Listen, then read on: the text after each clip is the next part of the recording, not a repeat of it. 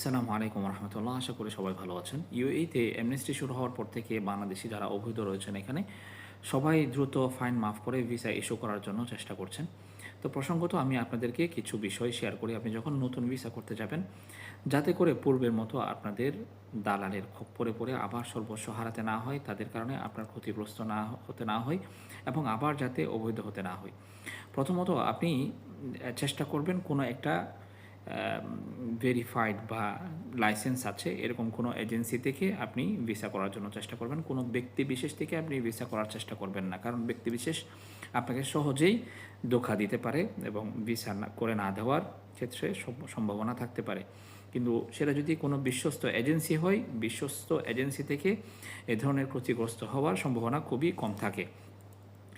দ্বিতীয় বিষয় হচ্ছে আপনি যখন সেটা ব্যক্তিবিশেষের সাথে লেনদেন করেন বা এজেন্সির সাথে লেনদেন করেন, আপনি লেনদেন করার সময় আপনার সাথে ভিসার যেই কন্ট্রাক্টটা হয়, যে ধরনের টাকা পয়সা দেওয়ার কথা হয়, আপনি কখনো একসাথে সমস্ত টাকা দিবেন না। মনে করুন আপনার সাথে কন্ট্রাক্ট হলো যে আপনি ৯,০০০ টাকা বা ৯,৫০০ টাকা, ইভেন ১০,০০০ টাকা, যাই কন্ট্রাক্ট হয় আপনার সাথে, আপনি সম্পূর্ণ টাকা আপনি তাকে দিয়ে দিলেন প্রথমবারে। তো এই ক্ষেত্রে আপনার চান্স থাকবে বা সম্ভাবনা থাকবে দালাল আপনাকে ধোঁকা দিয়ে আপনার সমস্ত টাকাটাই মেরে দিবে। তো আপনার জন্য পরামর্শ থাকবে আপনি ৩ ধাপে টাকাটা দিবেন। প্রথমত আপনি কিস্তিটা দিতে পারেন, প্রথম ইনস্টলমেন্টটা দিতে পারেন ২,০০০ টাকা, ২,০০০ দেরহাম। তো ২,০০০ দেরহাম আপনি লেবার কার্ড হাতে পাওয়া পর্যন্ত, যেটাকে আপনার বলে আপনার ওয়ার্ক পারমিট হাতে পাওয়া পর্যন্ত আপনি ২,০০০ টাকার চেয়ে বেশি দিবেন না। এটা আমার পরামর্শ ব্যক্তিগত। আর আপনি নিশ্চয়ই জানেন ওয়ার্ক পারমিট এবং অফার লেটার কিন্তু এক জিনিস না। অফার লেটার একটা সিম্পল জিনিস, এটা ৫০ দেরহাম দিয়ে আপনার এটা ইস্যু করা যায়, এটা কিছুই না। এটা অ্যাপ্রুভ হতেও পারে, নাও হতে পারে। আপনি এটি দেখে দালালকে টাকা দিয়ে দিবেন না বা কোনো এজেন্সিকে টাকা দিবেন না। আপনি ওয়ার্ক পারমিটটা আপনার নিশ্চিত করে নেবেন এবং কোনো একটা টাইপিং সেন্টারের মাধ্যমে বা যারা কাজ জানে তাদের মাধ্যমে এটি অনলাইনে চেক করে নেবেন যে এটা আসলেই ভ্যালিড কিনা।